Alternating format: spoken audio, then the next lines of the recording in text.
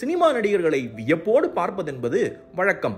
ஆனால் சினிமா நடிகர்களே ஒருவரின் படங்களை வியப்போடும் அதீத மரியாதையோடு பார்க்கிறார்கள் என்றால் அது நம் நடிகர் திலகம் செவாலியர் சிவாஜி கணேசன் ஐயாவைத்தான். திரையுலகில் விசி கணேசனாக, அதாவது விழுப்புரம் சின்னையா கணேசனாக அறிமுகமாகி பின்னர் மறைந்த முன்னாள் முதலமைச்சரான அண்ணாதுரை எழுதிய சத்ரபதி சிவாஜி நாடகத்தில் நடித்ததால் சிவாஜி கணேசன் என அழைக்கப்பட்டார். இப்போதுதான் டிஜிட்டல் கேமராக்கள் எல்லாம். சிவாஜி அவர்கள் நடிக்க வந்த காலத்தில் பிலிம் ரோல் தான்.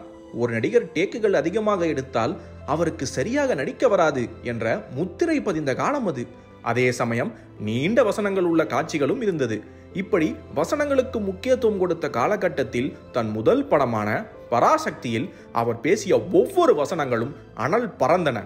பின்னாளில் சிவாஜி மாதிரி திரையில பேசணும் என்பதே நடிக்கும் மக்களுக்கு ஒரு பாடமாகிவிட்டது. சிவாஜியாக மட்டுமில்லை, அவர் நடித்த வீரபாண்டிய கட்டபொம்மன் கதாபாத்திரம் கூட இன்றைக்கும் அதை பள்ளிக்கூடங்களில் குழந்தைகளும் டிராமாக்களில் நடிகர்களும் வானம் பொழிகிறது பூமி விளைகிறது என்று பேசும்போது அவரின் தோரணை நம்மை அறியாமலேயே நமக்கு வந்துவிடும்.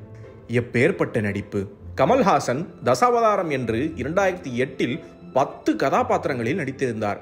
ஆனால் அதற்கு விதை சிவாஜி 1964 தனது 100வது படமான நவராத்திரியில் 9 கதாபாத்திரங்களை ஏற்று நடித்து விதைத்தார்.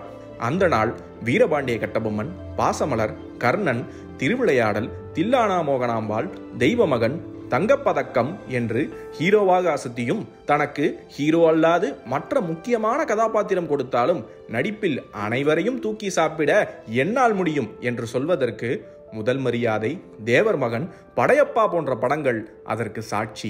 1962ஆம் ஆண்டு சிவாஜி கணேசன் அமெரிக்க அரசின் கலாச்சார பரிமாற்ற திட்டத்தின் கீழ் அமெரிக்கா சென்றார். இந்த வகையில் இந்தியாவிலிருந்து சென்ற முதல் கலைஞர் சிவாஜி கணேசன். அங்கு அவர் அமெரிக்க அதிபர் ஜான் எஃப் கென்னடியை சந்தித்தார். அப்போது அவரை கௌரவப்படுத்தும் விதமாக அவரை ஒரு நாள் நயாகரா நீர்வீழ்ச்சி பகுதியின் கௌரவ மேயராக நியமித்து அவரிடம் அதற்கான சாவியையும் அளித்தனர். சிவாஜி கணேசன் என்னும் மகா கலைஞனின் நினைவு நாள் என்று. இன்றும் அவரும் அவரது நடிப்பு பற்றியும் இந்திய சினிமாவும் தமிழ் மக்களும் பேசிக்கொண்டுதான் இருக்கின்றனர்.